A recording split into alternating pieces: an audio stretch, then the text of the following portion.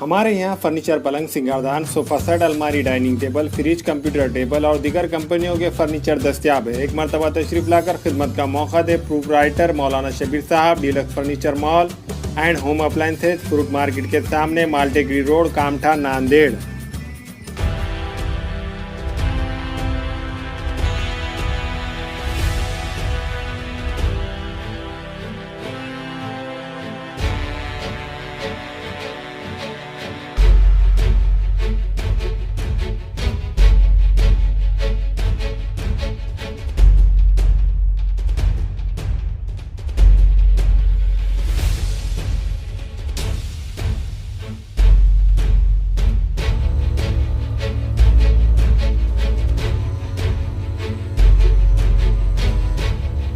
Haldiram express showroom में मिठाइयों में बर्फी, काजू कतली, मोतीचूर के लड्डू और सोन पापड़ी और नमकीन में खट्टा मीठा चुड़वा, मिक्सचर, पंजाबी तड़का और घी ड्राई फ्रूट और 380 प्रोडक्ट्स खरीदने के लिए एक बार जरूर तशरीफ लाए। हमारा पता है Haldiram express showroom, Shivaji Nagar, Nanded.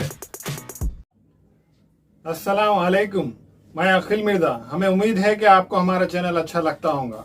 Latest news update के लिए देखते रहे नांदेड़ उर्दू न्यूज, और न्यूज के पसंद आने पर लाइक, शेयर और सब्सक्राइब करना ना भूलें।